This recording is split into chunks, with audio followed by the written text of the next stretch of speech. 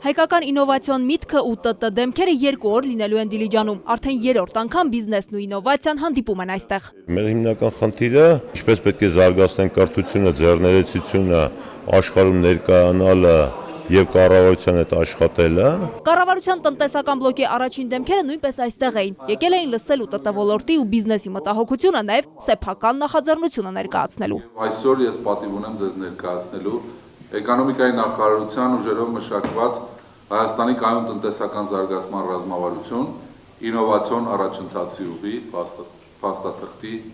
2-րդ դրամաշակված նախագիծը։ Ինովացիոն քաղաքականությունը առաջվում է տնտեսության բոլոր ճյուղերին եւ ապահովում է ամբողջ աշխարհի տնտեսական աճը։ Հայաստանյան ռազմավարությունը մշակվել է հաշվի առնելով միջազգային փորձը, սակայն ռազմավարության վերջնական տեքստում ներառելու են մասնավոր հատվածի ներկայացուցիչների առաջարկները։ Սա միայն փաստաթուղթ չպետք է լինի, սա պետք է լինի գաղափար, որի շուրջ պետք է միավորվեն այն բոլոր խաղացողների ինովացիոն քաղաքականության, որպեսզի կարողանանք թիրախավորել մեր արդյունքները։ Ունենք հստակ նպատակ, որ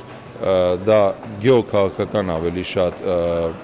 նպատակներ են, որպեսզի Հայաստանը իր տեղը գրավի ամբողջ աշխարհում ինովացիոն քաղաքականության գործում։ ՏՏ ոլորտը ամենաբարձր վարձատրվողներից եւ ամենախոշոր գործատուներից է։ Այս պահին հայաստանյան ՏՏ-ում մոտ 15000 մարդ է աշխատում, ամիսը 800,000 դրամ միջին աշխատավարձով։ Այդուամենայնիվ բիզնես համայնքը պնդում է, որ հայաստանյան ՏՏ մասնագետները սահմանափակվում են ունեցածով, նոր գիտելիքի, ինովացիաների հետևից քչերն են գնում։ Ժամանակակից մասնագետների խնդիրը մշտական վերապատրաստումն է, այս խնդիրը այդպես կոչված vocational training-ը, որ մենք չենք անում։ Նորարար գաղափարների ջատագովները կրթական բարեփոխումների միակ շահառուները չեն։ Կառավարությունը տնտեսության կայուն զարգացման ռազմավարությունում տեխնոլոգիական կրթության ուժեղացման խնդիրներ է ներառել։ Աշխատաշուկայի պահանջարկը բավարարելու նոր մասնագետներով համադրելու համար բարեփոխումներ են սպասվում։ Ինովացիոն հնարավորություններին, այսպես ասած, շանս տալն է։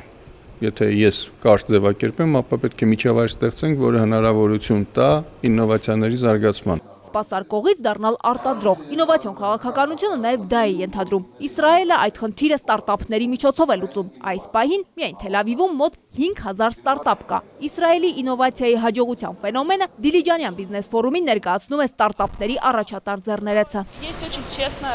Ստարտափի հաջողության իսրայելական բանաձևը կառավարության եւ բիզնեսի ազնիվ գործակցությունն է։ Իսրայելը ստեղծում է ստարտափեր եւ վաճառում արևմտյան ՏՏ խոշոր կորպորացիաներին։ Վերջին 10 տարում վաճառել են 30 միլիարդ դոլարի ստարտափ։ Բիզնես ֆորումի ու հայկական ՏՏ-ի վերջին լավ լուրերից մեկն էլ գլոբալ ինովացիոն ինդեքսի ցուցանիշն է։ Հայաստանը 141 երկրների մեջ զբաղեցրել է 61-րդ տեղը։ Անցած տարվա համեմատ մենք 7 հորիզոնական բարելավել ենք մեր դիրքերը։ ՏՏ քննարկումները շարունակվում են։ Դեռ 1 օր էլ ինովացիայի ու բիզնեսի ներկայացուցիչները մտքեր կփոխանակեն։ Մինչև 2018 թվականը աշխարհի 20 ամենանորարար բիզնես երկրներից մեկը դառնալու ուղիները գտնելու համար։ Լիլիթ Ասլանյան, Գառնիկ Մելքոնյան, ժամը լրատվական։